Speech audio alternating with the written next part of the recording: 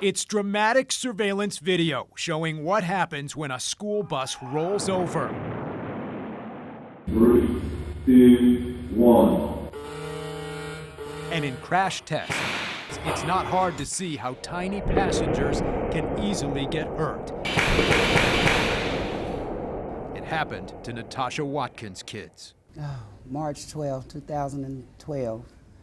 I had gotten up that morning, put my kids on the bus just like any normal morning. But this day was anything but normal. Their bus driver had a heart attack and crashed on the southeast side. Her son broke his leg. Her daughter's friend, Donisty Smith, died in that crash. Mommy loves you. I will always love you. Mommy will never forget her. She was my clown. She was just 6 years old. My heart really goes out to her mother. And that's because I don't know what it's like to lose a child. But for that split second, when I did not know. I feel like a monster truck just ran over your toe. Like, it happened so fast, they found me in the back. He went under the seat. He was 2 seats back from the front of the bus. He ended up at the back of the bus, up under a seat. You know, and I just feel like if some of those kids, especially the little baby that died, if they would have had something to hold them in those seats.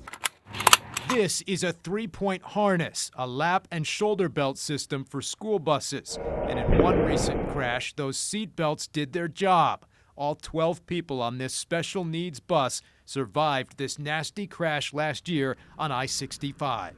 All of our research clearly shows lap and shoulder belts are the best way to protect children to and from school. The National Transportation Safety Board agrees. In a recent report, they say properly worn seat belts make the bus safe, especially in severe side impact and rollover crashes. Remember that crash test we showed you? They performed that test right here in Westfield at a company called IMI, which makes the Safeguard seatbelt system. Everything gets tested, from the buckles to the seats and buses themselves. What she's doing here is she's attaching the positive latches to prevent that cushion from falling off during a crash. There are some schools that use the seat belts, including Heritage Christian and Bartholomew County, but most Indiana school districts do not. Parents are always wondering why we don't have seatbelts on school buses. Dr. Joseph O'Neill is an expert on the subject. He works in developmental pediatrics for Riley Hospital at IU Health, and he's seen all too often the injuries kids can suffer in a crash. It depends on how severe the crash is. The majority of crashes truly are from the front or from the back, but if you have a side impact crash or a rollover, compartmentalization doesn't work as well. And that's where our concerns are.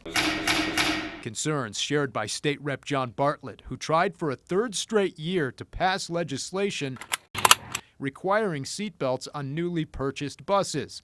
But again this year, his legislation failed.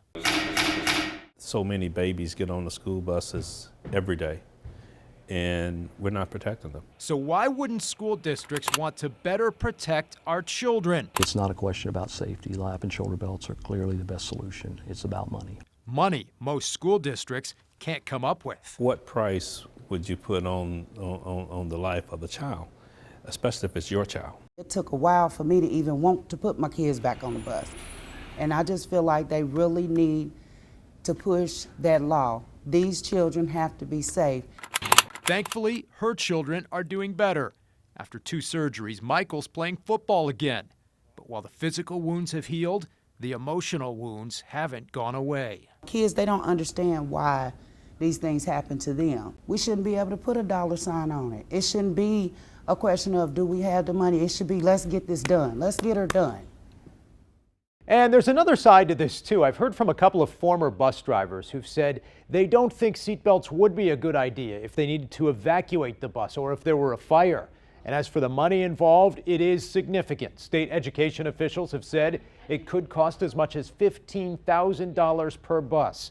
But manufacturers like IMI say that cost keeps going down. They think it would only cost about half that amount. The legislation that's been proposed calls for seatbelts on all new buses that are purchased in the future. I'm Dan Spieler, Fox 59 News.